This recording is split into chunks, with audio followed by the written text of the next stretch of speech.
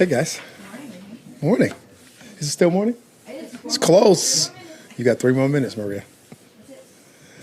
Raheem, what's it been like watching Kobie and Byron develop over the course of the season, and also kind of trading places in terms of their sack totals throughout the season?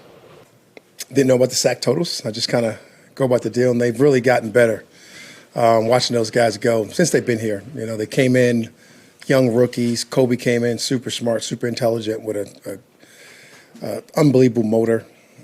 Byron just coming in, really showing us stuff right off the back with some explosiveness, being just a violent rusher, and he's really developed some of his tools to get even better. Now developing as a dropper as well, being in the outside backer position, and they have been so much fun to work with and be around. I couldn't be happier with the two young guys. Hey, Claudia. Good. When you look back at the adversity that your team had experienced this season, what lesson have you learned from it? You learn lessons every single week in the National Football League, Claudia. And I think getting to the bye, being 3-6, having a couple close games there where that could have looked different as well, it gave you the confidence coming out of the bye that you can do what we've done over the past couple of months. And it's really a credit to our leadership and Sean and what he's been able to do and how he's pushed us forward. And I really give him a lot of credit for that, fighting through it. And it's not just this year, it's the years prior. It's all your years of experience. It's going through the different situations as you go through them when you go about your business in the National Football League. And it's a lot of fun to be able to have those moments for these guys. You don't get a question. Raheem, are you surprised at the level of play the young players have been able to show throughout the season? Surprise would be a word I wouldn't use. I never set people's expectations. And I am happy at the development that's happened.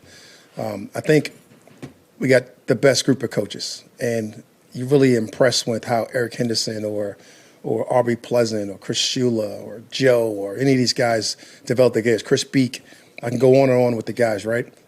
AC to Mike Harris. But I'm never surprised what they do. I've always felt like these guys are going to come in and we're going to try to do what they can do and then let them exceed our expectations on the grass. And those guys have certainly done that. So surprised to be a little off. It's more like pleasantly pleased on how the production and the growth how they've grown, just something like that. Do you get to, I don't know if experiment is the right word I want to use, in a game like this where you're missing some guys, you're trying to win the game, but the world doesn't end if you lose the game? The world always ends if you lose the game. Everybody dies. That's what happens, right? Every single week, that's the life we live in. So, like, when you make decisions, conscientious decisions based on being a head coach of sitting a couple of guys, the guys that are playing, coaches included, we are all in and we got to go win this football game. That's how we look at it. That's how we play the game. If you don't do it that way, you end up getting hurt as a player or you end up missing opportunities as a coach, and we don't want to miss those opportunities. So we're going in, and then obviously there's some strategy, there's some strategic things that go in there when you're resting a guy like Aaron Donald or you're resting a guy like Ernest to get those guys back to where you want them to be for when you go into the playoffs, because you were fortunate enough in this business to qualify before it mattered or before it ended. And you take advantage of those moments for certain people, whether it be long-term players or whatever the case may be. But the guys that's got to go, we're coaching this game as if we got to win it to get in. And I think that's the mentality you got to have. You said last week that you don't let yourself get emotionally involved in the outcome of games that you cannot control, but what was it like watching that Seahawks game on the plane? I didn't.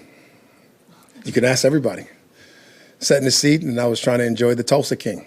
And while I was enjoying it, everybody started to cheer after the game got to that result. And when it got to that result, then I joined the party. But I didn't get emotionally invested. I stayed true to my word, Sarah. I didn't let them get me, although they wanted me to.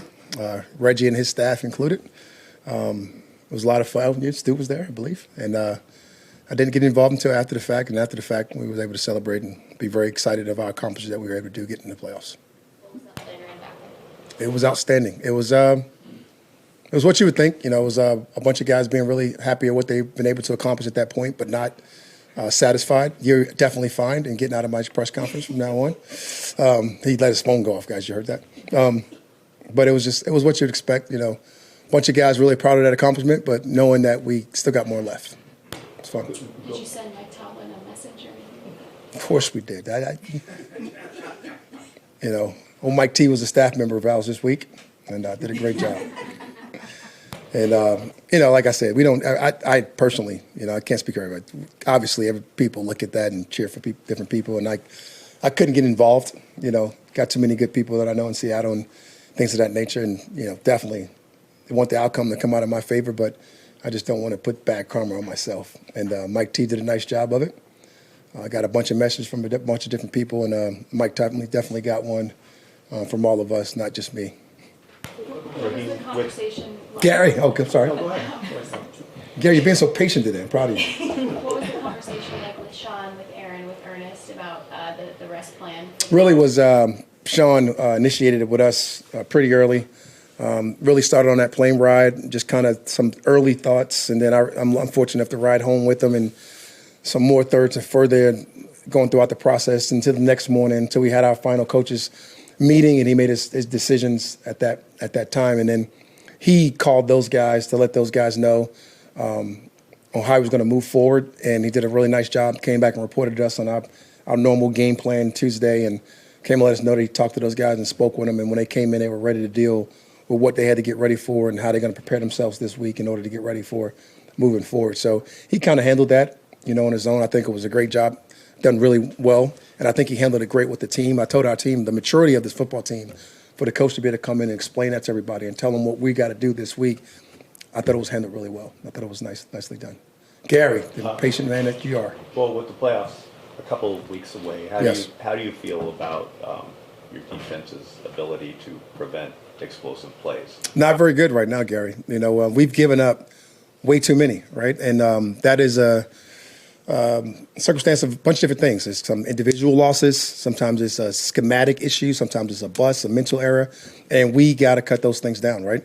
We've been fortunate to start off games really well and play really well throughout and then give up some explosive plays towards the end, and we've been able to hang on to win those games. And last week was really too close for anybody's comfort. It doesn't matter who you're playing. If you want to continue to move games moving forward, you got to play better than that. We got to clean that area up. Why has that become a pattern over the last couple? I know every play is different, but why Sure. has that been the pattern in those late situations? Not just in this part of the year, but in the beginning of the year, the late game scenarios were an issue. The thing I would say that most stands out to me and you try to address is usually when you play a simpler defense and play back and your four-man rush can get there as quickly, it doesn't look the same in the back end. The coverage has to hold up longer. The rush is not getting there. It's kind of a combination of rush and coverage, and we got to get better in those situations. And we improved this week, so we had to finish this game off and get some of those things done. But still got to get better to that level. And that's something that you can constantly work on. Like, that is the beauty of it, right? The constant moving on and getting better throughout playing football while you're going to the playoffs, and it's something that we can definitely address. Is that above the neck stuff mostly? Everything in this game is above the neck. Yeah. Right? You stole my own saying from me. But this is above the neck game, right? And when you're talking about that, you're talking about the knowledge of what they're going to do and what you're going to do. Mm-hmm. And then how do you prevent scrambles? How do you prevent explosive plays? How do you prevent when the quarterback has time to hold onto the ball because you can't get the perfect rush that you need? When you're trying to sit back and play smart, sometimes it's easy to the next day. We should have blitzed them. That's great. But, you still put some people in harm's way with explosive play. And how do you find that healthy balance? And I'm never going to complain about our offense scoring a bunch of points and giving us a big lead and us giving up a couple of explosives. It is what it is, right? We'll live with those battles and we'll get better in those moments. Do you guys build confidence because you have been able to win these games as opposed to when it starts happening, guys going, oh boy, here we go again?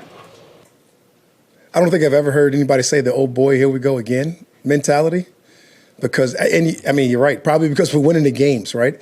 They become teachable moments. I guess that's what you're trying to say there. When you win those games in those tight situations, whether you jump out on New Orleans and really ball in and just playing like the 85 Bears up until 3.5 quarters, and then they start rolling back on you, you hold on, and then the same thing happens, I think, versus Washington. They've put in Brissett, and he comes in, he looks like Tom Brady in his prime. You get that thing done, and then you go out and play a hard battle last week versus the Giants. I think when you're able to win those games, you give yourself confidence, you give your team confidence, you give everybody confidence, and you have those teachable moments that we're brought up and able to implement throughout the week. That's why weeks like this, weeks like next week, all those things got to be brought to the front. But we call them peeling off Band-Aids in our room. And I get a lot of opportunities to peel off Band-Aids this year, in particular with a young football team. Raheem, I was across the street from the Seattle Seahawks game Okay. the day that they lost, and I was thinking, oh, maybe I brought the vibes. It's like, Claudia, you always bring the vibes. You definitely did that. Thank you, Claudia.